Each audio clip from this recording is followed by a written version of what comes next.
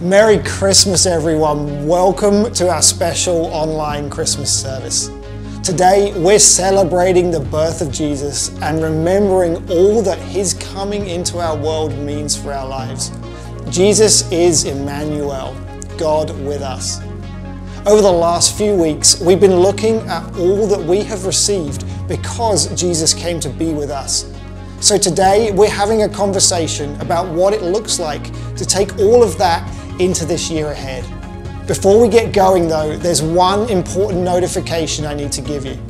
Next Sunday will be January 1st, and knowing that many of us might stay up a little later than usual the night before, we've adjusted our service schedule. Next Sunday, we'll only be having one in-person service at our Tyrone campus, and it's going to start at 10:45. You've heard us talking about the value that we believe we're better together. And January 1st is our chance to come together as one church family from all locations to worship together. For our online family, we'll also be broadcasting this service live, and I'm looking forward to celebrating the new year with you. So remember, next Sunday, 10:45, Tyrone campus and online. Okay, that about wraps it up for me. I'm praying you each have a wonderful Christmas, and I can't wait to see what God does through this faith family that we call BridgePoint in the new year. Merry Christmas and God bless everyone.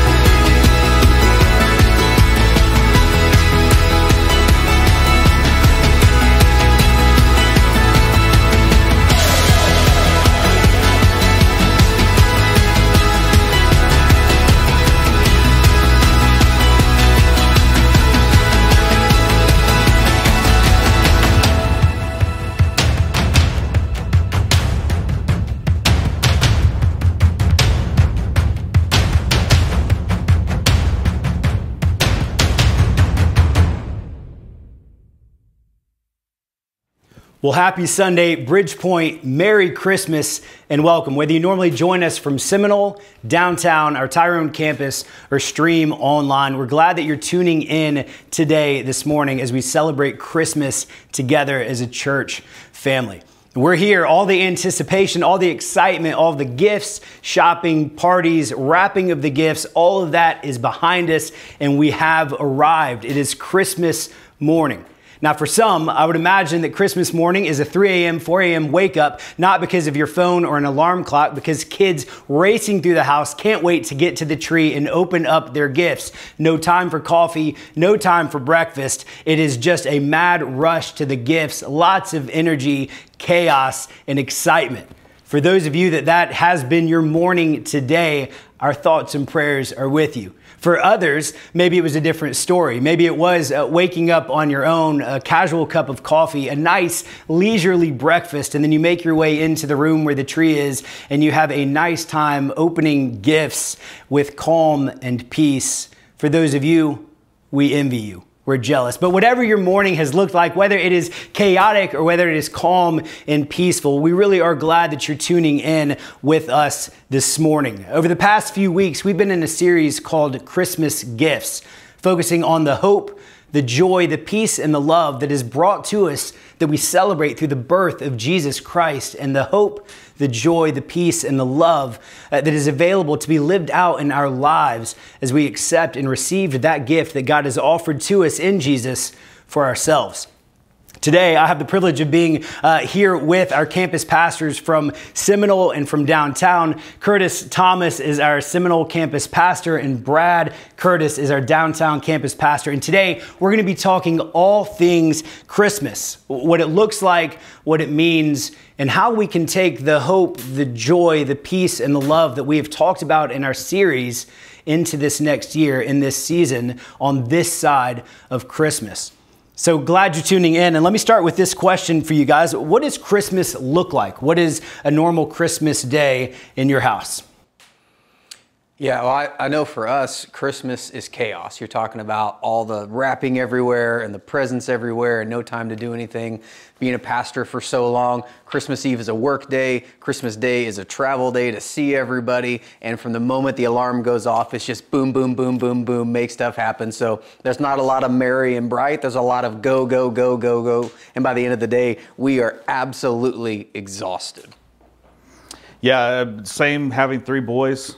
Christmas is nuts. It can be exhausting because of that, but one of the things we try to do is just try to make it as calm as possible. And we actually, I don't know about y'all, but sometimes we'll get to the afternoon when everything's kind of died down and just kind of almost get a little bit too bored. It's a little bit weird at times, but yeah, it's just a lot of fun and trying to create that environment that's exciting and great for the kids. Yeah, for us in the James household, I mentioned it earlier, it is a mad rush to the morning, no time for the coffee, and by 8 a.m. we're ready for lunch, and we're wondering, now what? What do we do on the rest of this day moving forward?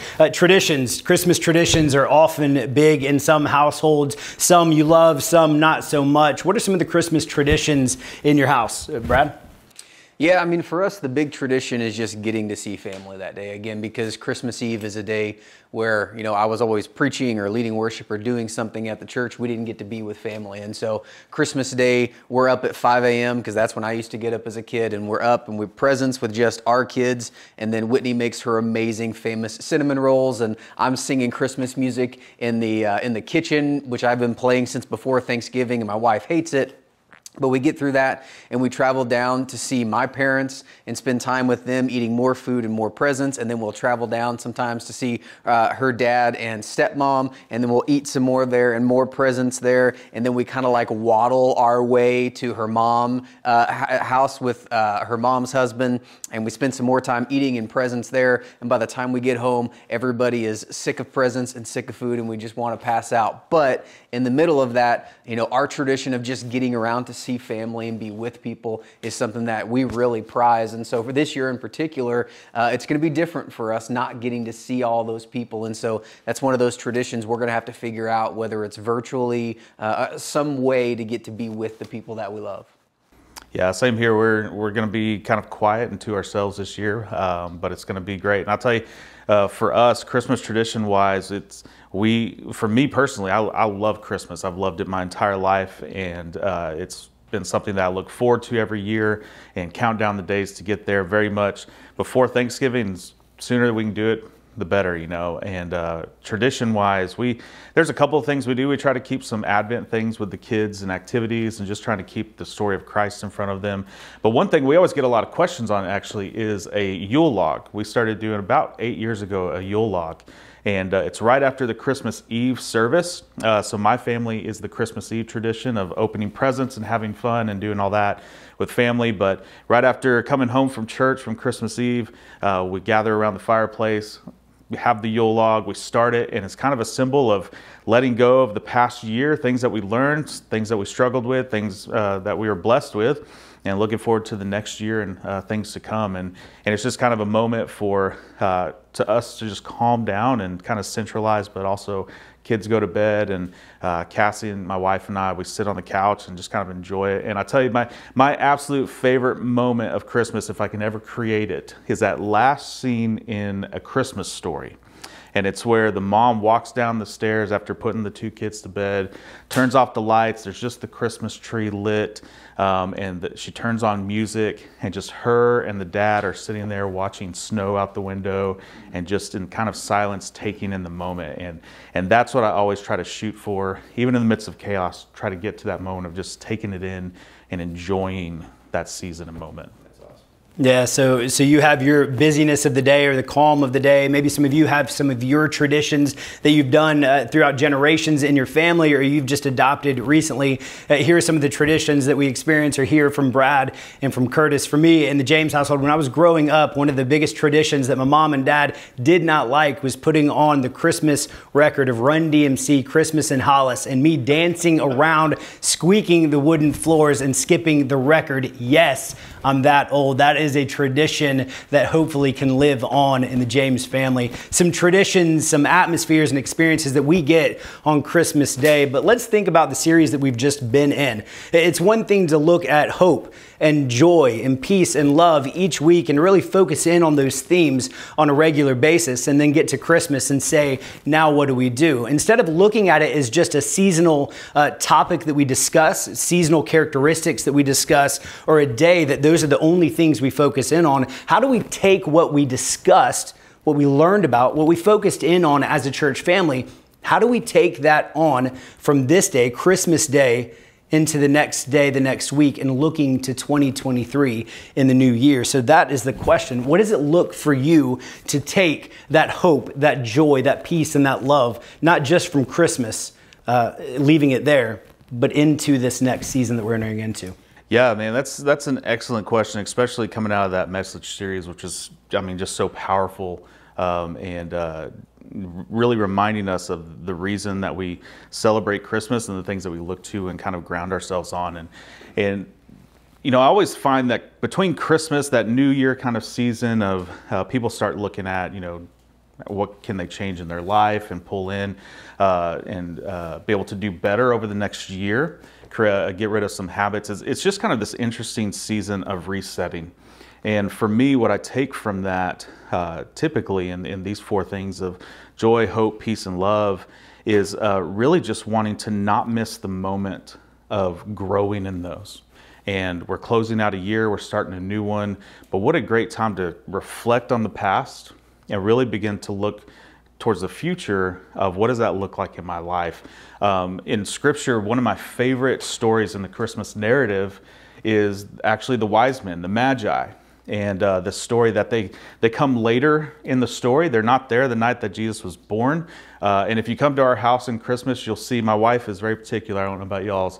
The wise men are not on the nativity scene. They are on another shelf or somewhere far, far away because they haven't gotten there yet.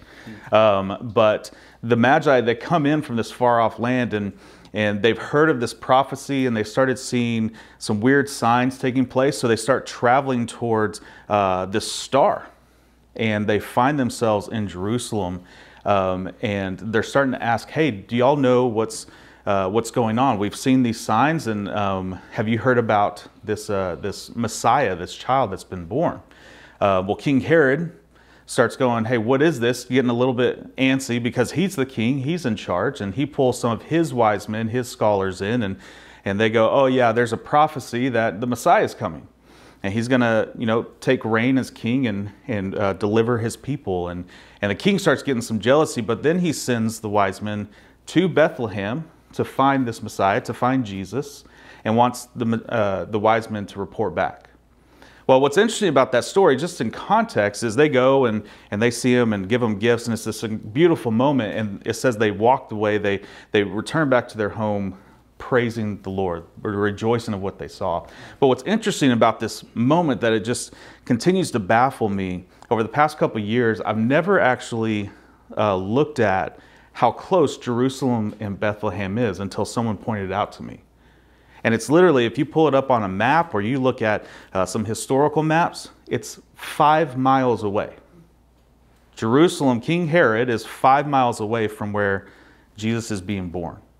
And instead of him going to look at the Messiah himself or sending his own people to go look at the Messiah and possibly have this incredible moment of seeing what God is doing, he instead is trying to go through some strangers or these wise men that he just met and try to manipulate the situation. And they're only that's less than a day's walk for these guys at that time period, but 5 miles away from where Christ was born. And for me, I always think of that story of going, man, how many times in my life have I been 5 miles away from what God is doing? And I can either take the step forward and just easily go find it. That's the beauty of the Gospels. It's really easy. Christ came, he died, he was raised, and we have faith in that. And that it's just real simple. It's real easy. But how many times do I find myself to where God's trying to do something and I'm 5 miles away, but I'm not willing to take that step or work towards it, and I'm missing out on what God's doing.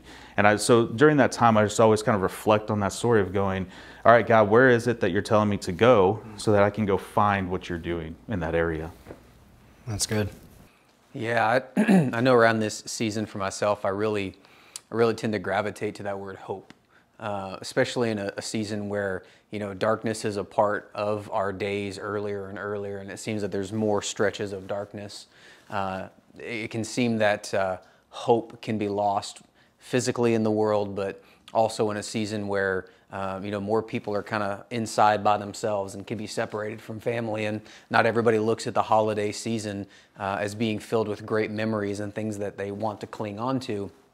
Hope can be a hard thing to find. And I think that's why, for me, my favorite story of the birth of Jesus actually comes from John chapter 1. And it's not the typical birth story, right? It goes back before Jesus is born. But I love it because in John chapter 1, it really holds out the heartbreak that is going on around the birth of Christ and the brokenness of Jesus, who is God, coming to people who are his own. And it says that they didn't recognize him. I mean, what a heartbreaking thing for the creator of the world to come to his own people and for his own people not to recognize him, not to know his face and not to be connected to the story that he's been living with them for so long, for them to say, we don't know what's going on. We don't recognize this thing that's happening. But in the midst of that kind of heartbreak and brokenness, the hope that John lifts up is that, and a light shines in the darkness. And the darkness can never overwhelm that light. And for me, in this season of physical darkness and emotional and spiritual darkness for a lot of people, and our plans don't work out at Christmas, and we're looking to the new year and all the hope of, resolutions. How many times have I said, I'm going to lose 50 pounds this year? And at the end of the year, I'm stuffing Twinkies in my face, right? Like, it never changes, you know what I mean? And like in the midst of all of that, there is still this hope, this light that shines in the darkness, because Christ, the Word, has become flesh and made his dwelling. He's tabernacled is the big spiritual word for it, but moved into the neighborhood of humanity to be hope in the midst of darkness, to be light in the midst of darkness. And so clinging to that for me over the past couple of years especially has become really important as I've walked as a pastor with people through COVID and through losing loved ones and loved ones hanging on during the holiday season and then passing shortly after. That hope has become so important. And one of the prayers that I go back to over and over again in my mind in this season as a way to carry and extend hope into the new year, regardless of what that new year is going to bring, because I can't be sure of what the days will bring, but I can be sure of the one who has set and counted my days in front of me, right? One of the prayers that I go back to, it's from an old prayer book of the church, and the name doesn't matter because it's real hard to pronounce, but the prayer essentially says, "O Lord, incline your merciful ears to us and illuminate the darkness of our hearts by your visitation." And the language is kind of clunky and old school, but really the idea is, as a daily prayer, we're asking God in the midst of whatever we're facing to be merciful to us. We're asking God to illuminate the darkness within us and the darkness around us, because Jesus has come for us, to be Emmanuel, God with us and God for us. And so I think that's, for me, hope to cling to and to carry into the new year, even in a season where it feels like things aren't going right. That hope is still the solid foundation. Yeah, that's good. It's good to hear their hearts, hear your hearts, and what you see as the Christmas season and how you carry that forward. And the same as you both mentioned is true for all of us. To really question, to consider, how do we take not just words and themes and what you see on light posts throughout the city or hanging on stockings over the fireplace, but the true hope that Jesus brings, the joy, the peace, and the love. How do we bring that into our life? And it's not our doing, it's our receiving, because He is here. He has arrived, our Savior. Jesus is born. That is what we're celebrating, which means hope has come into this world and into our lives. We can experience joy and peace, and it's all because of God's love for us through Jesus. So friends, regardless of your condition, regardless of your circumstances, what it has been or what it might look like in 2023, as odd as that sounds already to say, hope is here. Let us take the good news that's been announced to us. Let us receive it and let us take it into this world as we step forward into this new year. Friends, thank you so much for tuning in. A reminder that you heard at the start of this service, next week, January 1st, we're going to have a New Year's Day church-wide Sunday service at our Tyrone campus, which means we're coming together as a church family. Everyone in Seminole, downtown, folks who might be online normally, let us gather at the Tyrone campus, 10:45 a.m. for one service on New Year's Day. We can't wait to see you there. We look forward to seeing you there. If you can't make it, we're still going to be streaming the service at that same time. But friends, Merry Christmas. We love you. Thanks for tuning in.